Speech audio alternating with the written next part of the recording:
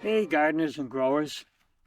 It's a cold January day, but we've already started ordering seeds and we're going to start planting in just a couple of weeks. So the season is upon us.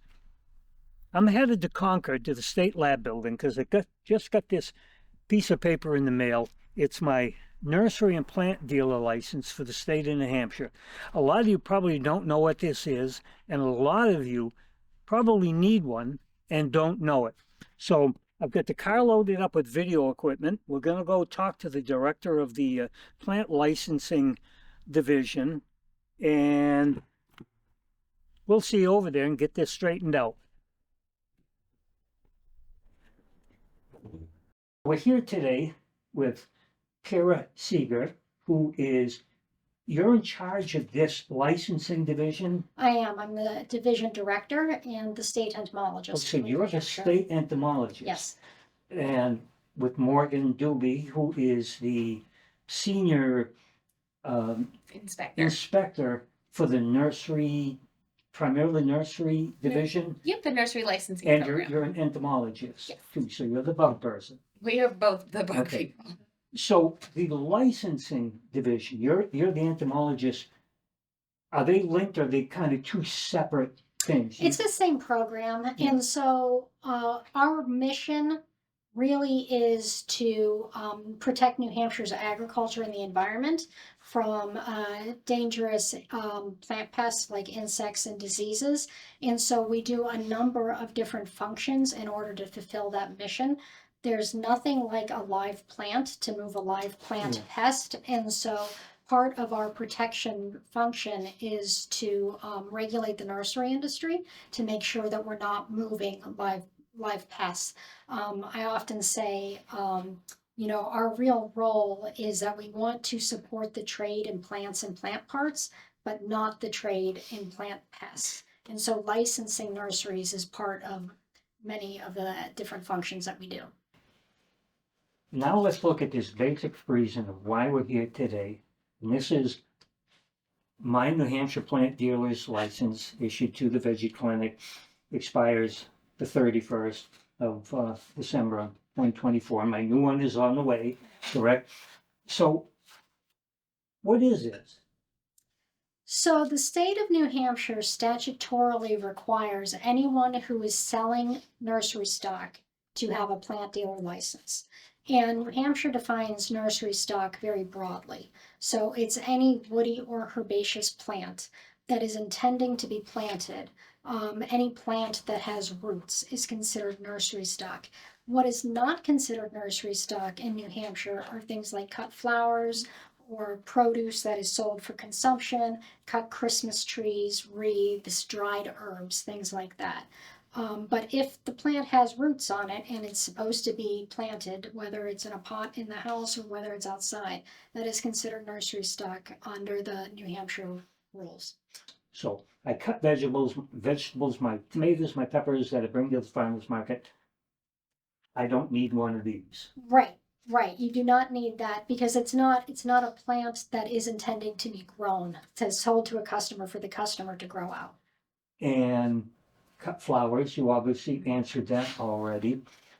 So a big one that I get is, okay, I go to the farmer's market on Saturdays, and I bring a few crafts, and I bring maybe some tomatoes, and maybe I've grown a couple of seedlings, some extra tomato seedlings and peppers. I don't need one, right? You do. Okay. You do. That's the one that most of the people that I ask this question don't want to hear. They're like, what? Why? I'm only selling two tomato plants. And we get that a lot. Yeah. And so the way that the statute and the rules are written is if you are selling plants with roots intending to be planted, you need to have a plant dealer license. I think what gets a little bit confusing for people sometimes is that while everyone who is selling any number of plants, whether it's high volume or low volume, needs that license, those who are selling less than $3,000 in a year are exempt from the licensing fee. So they still need the license, but because there are low volume sales, they are exempt from the $25 fee. So with my grower gets down, and I've made 3 little cats that I've knitted up, and I sell one extra spider plant that I've grown in my house, they statutorily need a a plant dealer's license. I think that our function is, we have a couple of things that we do when we're doing nursery inspections and when we're looking at regulating plants. One is we have a consumer protection function to make sure that all the plants that are offered for sale in the state of New Hampshire are of sufficient quality to live and grow to the form they're supposed to be in, given a reasonable amount of care. And then the second is that protection of the agriculture and the environment. And I think a lot, when we're talking about these kind of low volume sales dealers, a lot of what we do is communicate, right? So if we know who is selling plants in the state and there's a risk to boxwoods, to tomatoes, to peppers, that we know who is actually engaged in the sale of those and we can communicate what that risk is. When we don't know who's engaged in the sale, then we lose that ability to communicate. And it actually impacts our ability to do kind of rapid response if there's a problem as well. If you're driving down the road and you see, here's a farm stand at the end of a driveway, just a house, and they've got some tomato plants. And have you ever, or do you occasionally knock on the door and say, hey, Oh, yeah. where's your plant dealer's license? Most definitely. We have marked vehicles, so when we pull in, it should be very obvious that we're from the New Hampshire Department of Agriculture. I have documents with me that provides information to them about why they would need a license, and I always have copies of the license on hand. And for those people who haven't seen the forms, they may be sitting there thinking, I haven't got 2 hours to sit down and make this thing out.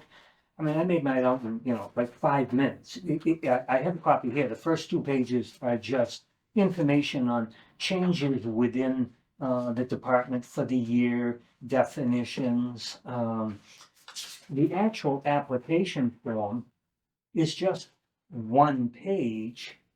Your address, your contact, your phone number, and then what type of a organization or seller you are. And for most small farmers, they're either going to be greenhouse, or probably greenhouse, roadside stand. You can pretty much, it doesn't make a difference to you what they put down, really. No. Just from an understanding of where plants are getting sold, but I mean, you're not going to reject it saying, hey, you check No. the box. We don't reject the applications. We Okay. may sometimes Or call the and ask check. for some we don't reject them Okay. unless they haven't filled out the check correctly. We do have that problem sometimes. So it's just personal info, contact info, and then there's a little section that says, please provide the total number of either square foot or acreage of your outdoor stock area, your greenhouse. I have a very small greenhouse, so I just put the greenhouse square footage down. If they get a small garden out back, 10 by 20, 200 square feet. I mean, again, you're not going to be like, hey, you're 4 square feet. Oh. Right. And the reason we do that is because in a lot of our licensed plant dealers we're very familiar with, we've inspected them a lot, but especially with the new one, we want to know how many inspectors we need to send out to conduct an inspection. And so for large operations, we may have 2 or 3 people out there at the same time doing the inspection.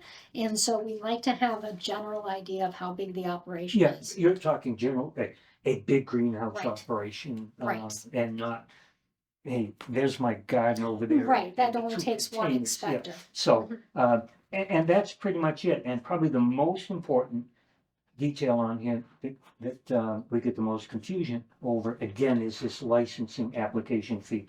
If the home gardener or farmer's market person is making $2,500 a year gross, they don't have to send the $25. That's all of the license is $25. Yes. But they still need the license. If you sell $5 worth of plants, you need the license, but you don't need to send the $25 unless you make $3,000 total for the year. Right. And then it's just signing it and sending it in. So it's a 5-minute application.